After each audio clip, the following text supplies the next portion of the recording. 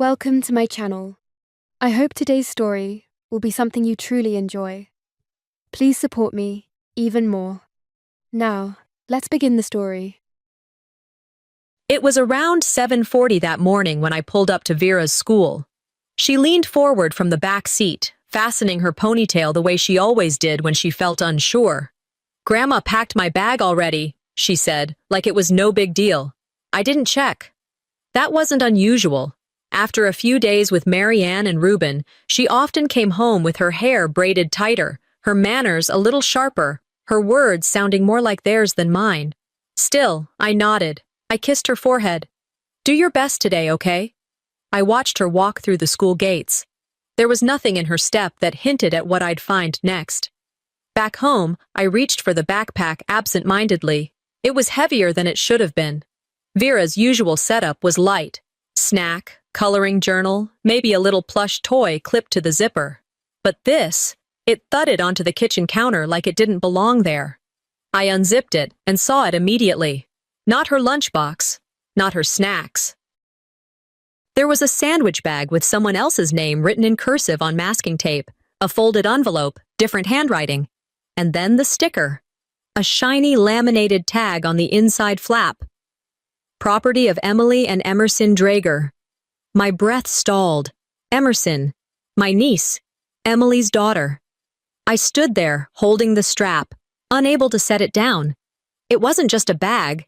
It was a headline, a quiet message, and I'd received it loud and clear. They didn't just mix up the backpacks. They didn't just forget. They erased. I thought maybe it was me overreacting. Maybe I was being sensitive again. I told myself that for years. When my name wasn't on the family reunion invite, when my seat was always near the door, when I was told, "We thought you were busy," again and again. But seeing Vera's name replaced, her things tucked into a bag labeled for someone else, it wasn't just about me anymore. I sat at the kitchen table, the bag open beside me. Staring. Quiet. A part of me reached for the phone because that's what daughters do. We call our mothers. We assume they'll clarify. Marianne picked up on the second ring. "Calla, everything all right?" I tried to sound neutral. "Vera came home with Emerson's backpack, I think. There was a sticker with her name." "Oh, that. It's just a backpack," she interrupted, as if I'd asked something trivial. "Emerson must have grabbed the wrong one. They're kids." I said nothing. I was about to hang up, but she added one more thing. "At least Emerson's things are always neat. I knew that one wasn't hers." Click. That was it. A sentence tossed like a bone. I sat there, still holding the phone even after the line went dead. Not angry, just stilled. Later, when I finally pulled myself back to the bag, I looked again at the sticker. Not just a cheap tag. It was one of those personalized, printed types from Etsy or something. Gold lettering, pastel background. Expensive, deliberate. Property of Emily and Emerson Drager. Not a mention of Vera, not even a placeholder for me. I held the edge of the flap and ran my thumb along the border, like maybe I'd find our names beneath, waiting to be scratched back into existence. Of course I didn't. It reminded me of the time Emily threw a birthday party for her daughter and accidentally printed family thank you cards that left out Vera's name entirely. When I asked, she said, "Oh, the design app must have cropped the list." And I believed her. But this wasn't cropping. This was carving. I leaned back in my chair. The house was still. Vera wouldn't be home until 3. The silence gave space to thoughts I hadn't let rise in a long time. Why am I always the one they forget? Why am I always the one who has to excuse it? And now, why is Vera being drafted into that same pattern? I thought of that moment this morning when she said, "I didn't check," like it wasn't hers to check. Like her things, her name, her identity, had already been reassigned. A voice inside me whispered, not new, but sharper than before, "Don't start a war over a sticker, Calla." But another voice answered, one I hadn't heard in years. What if this isn't a war? What if it's a quiet invasion? I didn't make a scene. I didn't call back. I didn't write a scathing group message. I just stared at that bag and felt the ground shift, one silent inch at a time, because this time, it wasn't just about me. After the backpack incident, I needed space. The house was quiet. Vera wouldn't be home for hours, and I had no client calls scheduled. I walked into my office, sat in the creaky chair by the window, and stared at the bookshelf for a while, not really seeing it. Then I stood up, opened the closet, and pulled out the box labeled Donations. It was an old habit. When the silence felt like too much, I cleaned, sorted, donated, threw out what didn't belong. I opened the lid. A mix of sweaters, kids' books, mismatched kitchen towels. I pushed some fabric aside, and there it was, a small Ziploc bag. Inside it, a bracelet I hadn't seen since middle school. Red thread, silver bead, knotted unevenly. 5th grade arts and crafts. I made it for my mother, gave it to her on Mother's Day. She told me it was sweet, but disappeared by the end of that week. When I asked, she said she must have lost it. Now it sat at the bottom of a box, in a bag meant for goodwill. So it wasn't lost. Just discarded. And now I was the one who found it. I held it in my palm, not crying, not angry, just still, the way you get when something old clicks into place. I set it down on my desk, beside my laptop, and left it there. I didn't know why. Emily dropped by later that evening, said she was picking up a book Mom wanted. Vera was with her. Apparently Mom had called and asked for some grandmother time. I opened the door. Let them in. Polite. No need to start anything. While Emily talked, Vera wandered into my office. A minute later, she called out, "Hey, Mom, is this Aunt Emily's bracelet?" I turned toward her. "Which one?" She held it up. "The red one. My red one." Emily laughed from the kitchen. "Oh, that? Yeah, Mom gave it to me ages ago. I thought it was Grandma's, actually. Funny, right?" I didn't laugh. I didn't correct her. I just watched Vera put it down, like it didn't matter. Maybe it didn't. Maybe it never did. Emily walked over to grab Vera's homework folder, left behind from the mix-up earlier. She flipped through it and paused. "Hey, this locket. Grandma said she was saving this for Emerson. She wants to give it to her on her 13th birthday." I didn't move, didn't blink. That locket was mine. It had been promised to me when I was 13. Silver oval, hinged, with a little heart on the clasp. I remembered holding it once, just once, before it vanished from the jewelry box. On my 14th birthday, I asked where it went. Mom said, "You'll get something more practical later. Emily deserves this now." And that was the end of it. Until today. I watched Emily tuck the folder under her arm. She looked pleased, like she'd found a treasure meant to be hers all along. I didn't say anything. Let her leave. Later that night, I opened my laptop. Blank document, typed, things they once said were mine. Then I hit delete. The words didn't look right on the page. "They never had." I whispered, "I guess it never really was." Then closed the screen. And in the dark, I remembered that argument. I must have been 12. We were at Grandma's, and Emily had just gotten a new jacket, one I'd picked out months ago in a catalog. I said, "Why do you always give her the things I was supposed to have?" Mom didn't flinch. She kept folding laundry and said, "Because she doesn't question everything, Calla." That answer had followed me into adulthood like lint clinging to everything I wore. Now I looked at Vera's drawing on the fridge. 2 butterflies, one bigger, one smaller. No names. I found myself asking something I never dared before. Is it possible they were never proud of me to begin with? Maybe I hadn't been written out of the family. Maybe I was never really written in. The pain wasn't in the locket, not the bracelet either. It was in Vera's eyes when she recognized what was happening. Because she was starting to disappear in the same way I had. It was past 6 when I walked past the bookshelf in the hallway and caught sight of the old green spine. I hadn't touched that photo album in years. Not because I forgot it was there, because I remembered exactly what it held. Birthdays, holidays, smiles with just enough teeth showing. The kind of curated memories families build when they're more concerned with the frame than the truth inside it. Vera trailed behind me, still clutching the snack she'd been nibbling on since dinner. "Is that you when you were little?" she asked, pointing at the spine. I hesitated. "Sort of. Want to look?" We sat together on the floor, cross-legged on the rug. I flipped open the front cover. 1997-2005, the label read. The first pages were harmless. Christmas tree pictures, summer barbecues, beach days with sunburnt noses. Vera pointed at Uncle Mason's mustache and giggled. He looks like someone in a cartoon. I smiled at that, let her giggle. But then she turned the page. One big family photo.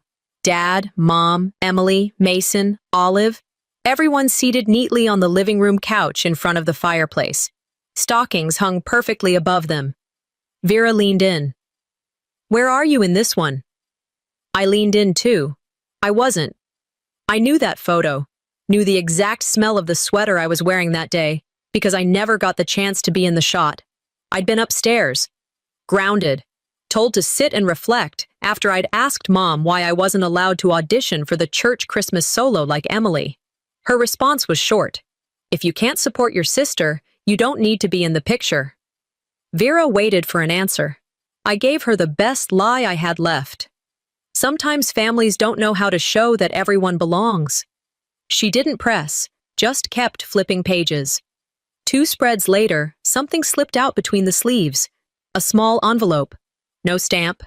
Just thin, cream-colored cardstock inside. Vera opened it. Her voice perked. It's a birthday card. Then her eyes narrowed as she read, To our brilliant granddaughter, Emerson. She looked up. Did Grandma send this to me? By mistake? I took the card from her hand gently. Inside was a printed note. We're so proud of you, your talent, your poise, your promise. The kind of message you'd write for a graduation, a scholarship, or a kid whose name you remembered on purpose. It had been in the backpack all along. I didn't have to explain it to Vera. I think she already knew. We sat in silence for a bit.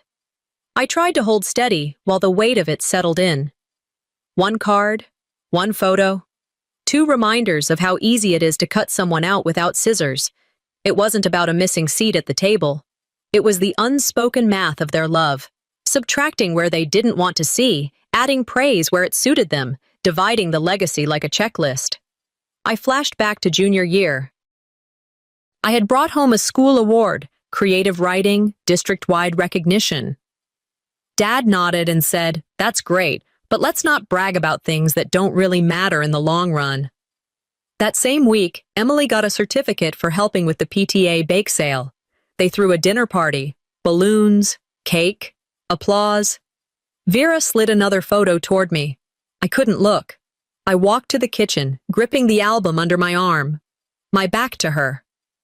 Then I heard it. Do you think they wish I was Emerson? I didn't turn around right away. Instead, I opened the drawer by the fridge, placed the birthday card inside, and closed it with care. Then I said, They don't get to decide who you are, and they definitely don't get to rewrite who I was. And I meant every word. I had just wrapped up a session with a teenager who hadn't spoken a full sentence in 2 weeks. She whispered her way through the last 10 minutes, and I considered that a win. My own voice, though, I hadn't used it all morning, not for anything that mattered. I sat at my desk, sipping lukewarm coffee, opened my inbox, clicked through spam, then paused at a subject line. Tuition receipt for Vera Drager, copy for family records. I clicked it open, expecting nothing. Bottom of the email. Received from Emily Drager. I blinked. Checked the timestamp. I had paid that bill last Tuesday. The school had my payment, my card, my login, my receipt. I scrolled down. Another line, almost invisible. Per updated guardian contact info provided by grandparent, we've adjusted records accordingly. I stared at that sentence longer than I should have. I read it again, slower. They didn't just change an address, they changed who I was. I logged into my banking app, screenshot the charge. I called the school. The woman on the phone was kind, too kind. That customer service tone people use when they know something's wrong but can't say it. We were told to redirect all guardian and emergency contact info to Emily. It was a request from Vera's grandparents. My mouth didn't move. She added, They said it was to ease coordination, in case of emergency. I thanked her. Hung up. Sat there. Still. Guardian.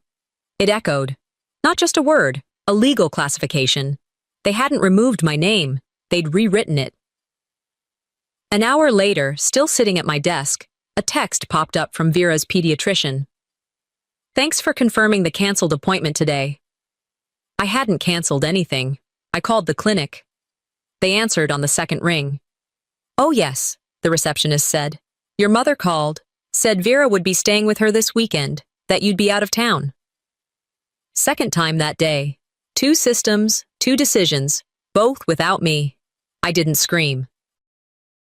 I didn't even frown, but I stood up, grabbed my keys, and drove to Flagstaff. Didn't text, didn't call. By the time I pulled into the driveway, the sun was too high to offer shade. Mary Ann was in the front garden, pruning hydrangeas like nothing in the world had shifted. You could have called, she said, not looking up. We're not hiding anything, honey. Emily's car was already parked. She came out of the side door holding a bag of groceries. She smiled like it was any other Thursday. Mom just wanted to help make things easier for you. You're always so overwhelmed lately. My hands stayed by my sides. They weren't lying. That was the trick. They weren't stealing. They were helping. They weren't taking over. They were coordinating. Every sentence felt like it had been rehearsed. That kind of softness people weaponize so they can't be accused of anything harsh. I took a slow breath, the kind you draw when you're trying not to fold in public. Then I looked at both of them and said, helping is asking first. Overriding isn't help. It's theft, just dressed in love. They went quiet. Emily tilted her head. We thought you'd appreciate the support. You've erased me in private for years, I continued. Now you're doing it in public systems. That won't continue. No shouting, no drama, just the words they didn't expect me to say. I turned, walked back to the car, and got in. My hands trembled on the wheel, but my face stayed steady. They were still standing in the driveway when I pulled away. By the time Sunday rolled around, I had convinced myself it was just another school event, nothing worth preparing for, just a fundraiser, some parent-teacher chatter, a few baked goods. Vera had been excited, though. She even wore her second-best dress, the one with the faded lavender sleeves, said she didn't want to get her good one dirty. We pulled into the school parking lot around 4. The sun was still stubborn above the horizon, and the crowd outside the gym buzzed like bees around a hive. A banner hung across the entryway. Thank you to our generous donors, Emily Drager, Reuben Marianne Drager. I read it once, then again. My name wasn't on it. I had written a check 3 weeks ago, anonymously at the time because I didn't want praise.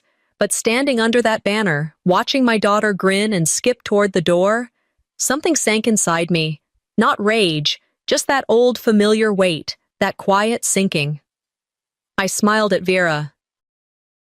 Let's go see your art. Inside, tables lined the gym walls, student projects, parent-signed clipboards, cupcakes in plastic wrap. Vera tugged me toward her class's section. At one point, a student aide came around handing out thank you cards to donor families. Vera took one, beaming, then read it aloud. Thank you, Grandma, Grandpa, and Aunt Emily for supporting our school so generously. She paused, blinked, then looked up at me. Didn't you give money too? I bent slightly, brushing her bangs from her eyes. Some people write checks, I said quietly. Others write names. Later, after the cupcake judging and recycled applause, a teacher strolled over to compliment Vera's painting. She's so talented, she said warmly, then turned to Emily. You must be proud. Emily smiled with that polite discomfort she wore so well. Oh no, she laughed. She's not mine. She's Calla's. The teacher blinked. Oh, I'm so sorry. I just assumed. She didn't finish. I didn't correct her either. The moment passed like a sneeze someone tried to hold in. Quick, uncomfortable, gone. I watched Vera trace her name on her project sign, slow and careful. She was proud of it, proud to have done something worth standing behind. I was proud too. But pride doesn't protect you from being erased. Near the refreshment table, I waited for Emily to step away from a cluster of PTA moms. When she finally did, I caught her eye and said softly, Did you correct the school when they sent that list? She shrugged, lifting her cup.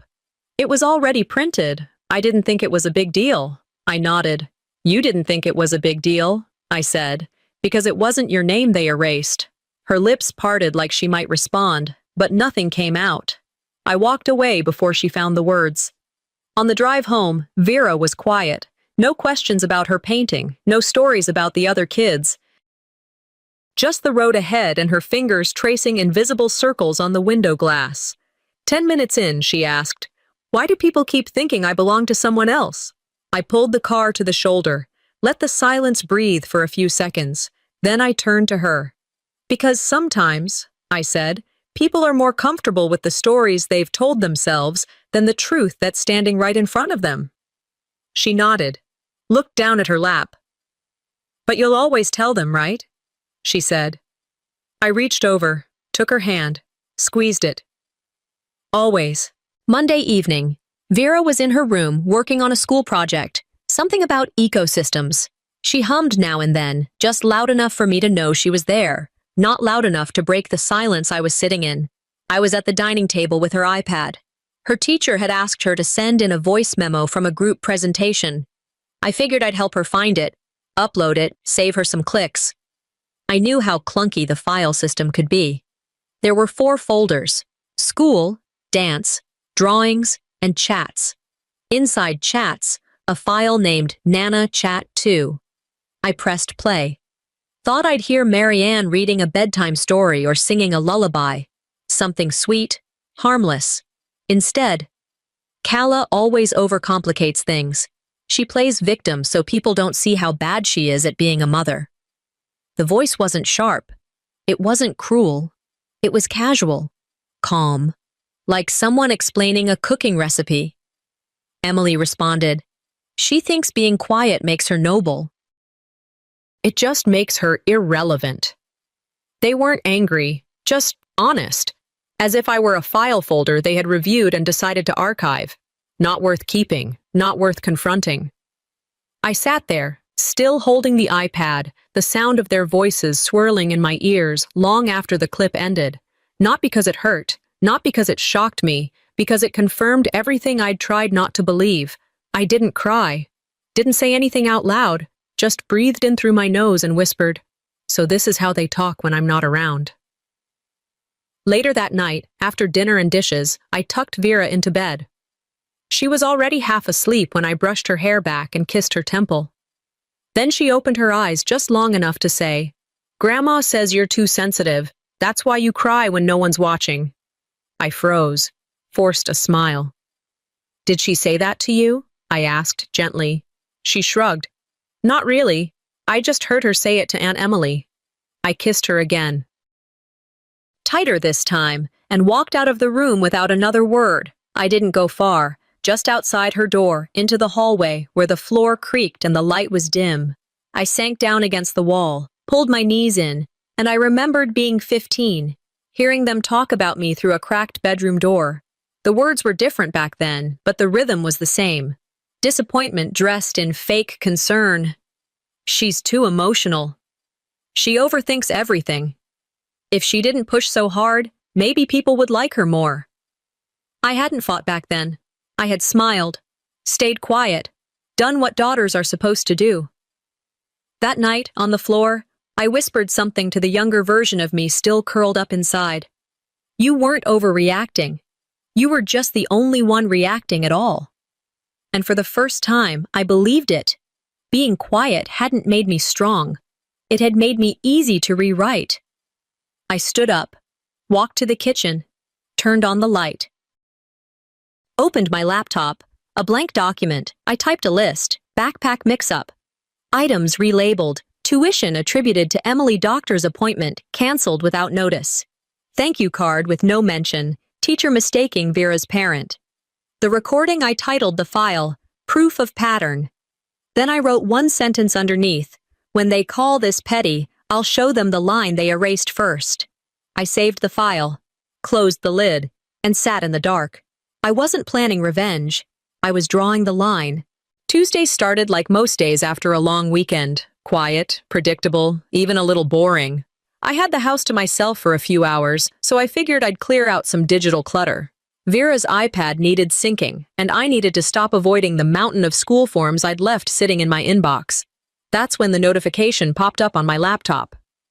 Shared drive updated, family folder, last edited 5 minutes ago. I hadn't touched that folder in years. It was the same cloud drive we all used back when Dad was still doing tax prep for the family, and Emily insisted we keep everything digitally transparent. I clicked. Inside, a PDF titled, Draft Legacy Plan Emily. It wasn't locked, it wasn't hidden, it was just there. The first few lines looked like any standard estate planning document. Legalese, asset lists, trustee roles. My eyes scanned until one sentence yanked my breath out of my chest. In the event of estate succession, Emily Drager will assume primary administrative authority over the family trust, including educational allocations for dependent minor, Vera Drager. My name? Not once. No mention of me, only Vera, tied to Emily's oversight like a bullet point in a spreadsheet. My heart didn't race, it just stopped. This wasn't just being forgotten. This was being deleted, with a pen and a notary. My stomach turned. And then I remembered something Grandma had said when I was 16, back when I used to spend summers at the lake house with her. "You'll inherit this one day," she'd whispered. "You're the only one who doesn't fill the silence with noise." I kept scrolling. The lake house will be gifted to the daughter who has remained loyal to the family image. And right below that, suggested guardianship of Vera Drager to Emily Drager until the child reaches 18. They weren't making suggestions, they were preparing paperwork. Just then, my phone buzzed, a voicemail alert from Vera's school. I listened. "Hi, Ms. Drager. Just following up on Vera's early pickup last Friday. Hope the weekend with her aunt went well." I froze. What early pickup? I hadn't arranged anything. I called the school right back. The receptionist was pleasant, almost apologetic. According to our records, the pickup was authorized by a signed form from Ms. Emily Drager. Your mother was present to confirm. My voice cracked without rising. Vera was taken out of school without my knowledge. There was a pause on the line. I assumed you knew. I ended the call without another word. I didn't drive. I didn't run. I moved with something deeper than urgency. By noon, I was standing in their front yard in Flagstaff. The garden was overgrown and full of roses that bloomed without apology. Marianne was out front with pruning shears, clipping dead heads from stems. She didn't look surprised when I walked up. "You could have called," she said. "We're not hiding anything, honey." I didn't answer. Not yet. Emily stepped out onto the porch holding a paper grocery bag. She smiled like I was there to borrow sugar. "Mom just wanted to help make things easier. You've seemed under strain." I didn't look at either of them. I just pulled the printout from my bag and unfolded it slowly. I tapped the line about guardianship and held it up so they couldn't pretend to miss it. "This isn't help," I said. My voice was steady. "This is premeditated control." Emily opened her mouth, but I raised my hand before she could speak. "And let me be clear. If you ever take her again without my consent, I will involve the courts." I let that hang for a moment, then added, "I won't ask twice." There was no yelling, no tears, no drama. Just ice. Thursday evening, just past 6, the kind of night where everything feels fine from a distance. A restaurant with dim lights and just enough noise to make you think you're part of something warm. Family gathered for Emerson's pre-birthday dinner, semi-formal, casual enough to not feel like a trap, formal enough that you couldn't walk out without it being noticed. Vera and I arrived on time. Not early, just not late enough to make a point. The table was long, white tablecloths with faux gold chargers. Vera's name card sat snug between Emily and Marianne, decorated with a little pink bow. Hers was the only one with a flower glued to it. There was no card for me. A waiter pointed toward the far end, near the window, just left of the coat rack. Not banished, just managed. I took my seat. Dinner started. Bread rolls passed. Conversations circling around upcoming travel plans, PTA elections, choir rehearsals. I nodded when spoken to, smiled when it seemed expected. Vera giggled with Emily. Marianne leaned in now and then, brushing her hair back like she belonged more to them than to me. Halfway through the salad course, my phone buzzed. I glanced down. Emily had tagged me in a Facebook post. I clicked. A photo from earlier. Everyone at the table, glasses raised, smiles perfect. Caption: grateful for strong roots and future leaders. #family, legacy, #Emerson's tribe. I looked at the picture again. I was there, sort of. A sliver of my sleeve, just the edge. Not cropped out, not exactly, just irrelevant. I scrolled the comments. So beautiful. Is that Emerson's mom beside her? Emily replied with a heart emoji. That did it. As I leaned forward to pour water into Vera's glass, I heard it. Marianne's voice, just low enough to sound like she wasn't trying to be heard, but loud enough that she knew she would be. She always makes everything about her. Even now, she can't just let us have one peaceful evening. Vera looked at me, her eyes questioning something she couldn't put words to yet. I didn't flinch. Instead, I reached into my purse, pulled out the butterfly, the one Vera had folded weeks ago, the one I kept. I placed it next to my glass. Then the toast began. Marianne stood, holding her wine. We are so proud of Emerson, she said. She is everything we dreamed of when we thought of the next generation. Composed, loyal, focused. Emily dabbed her eye, overly rehearsed. And family, Marianne continued, is about legacy, about the children who carry the best parts of us forward. Then her voice softened, practiced. Some people drift from family, and that's okay. Not everyone belongs in the center.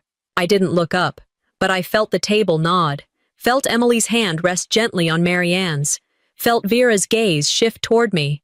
I didn't move.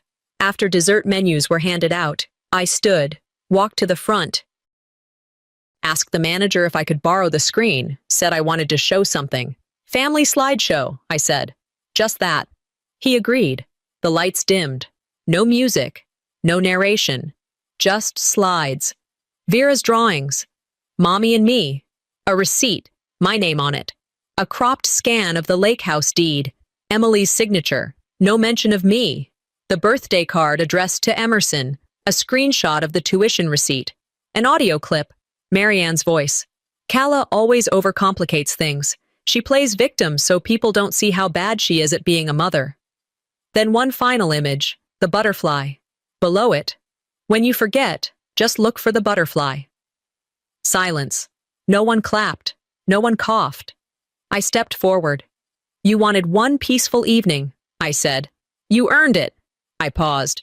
But you don't get peace from painting over truth. I turned to Vera, kissed her on the head. Let's go home.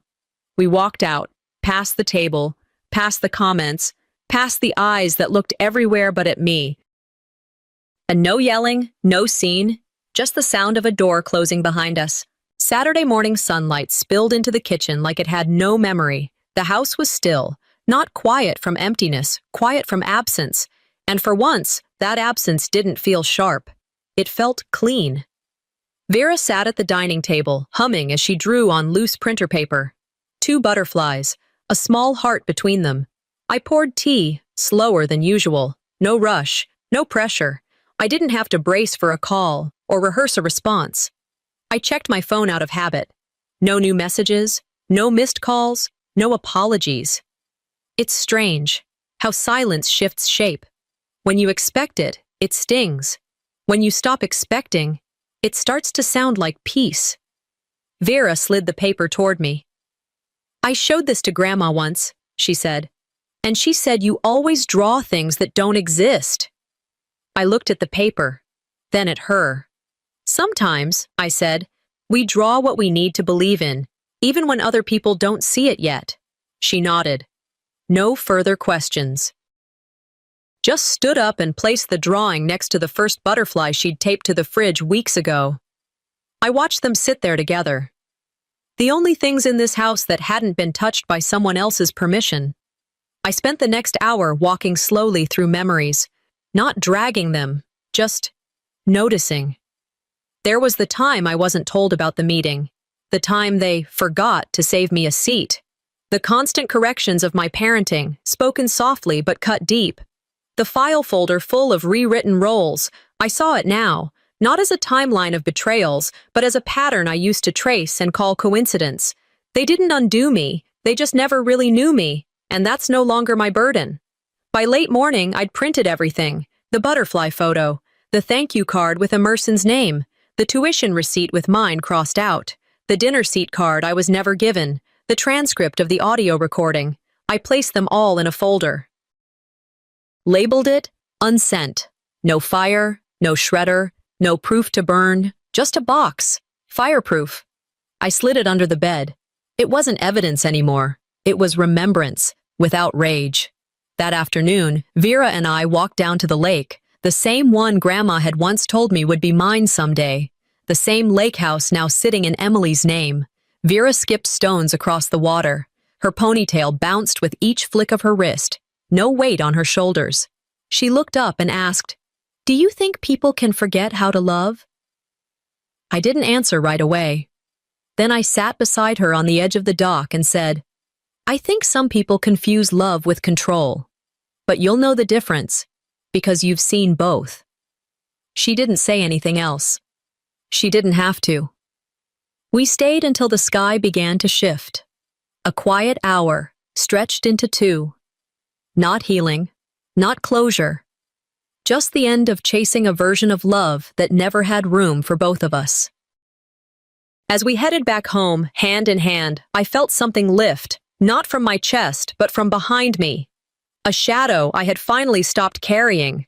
My story wasn't erased, it was just rerouted, and in this version, I'm not the footnote anymore.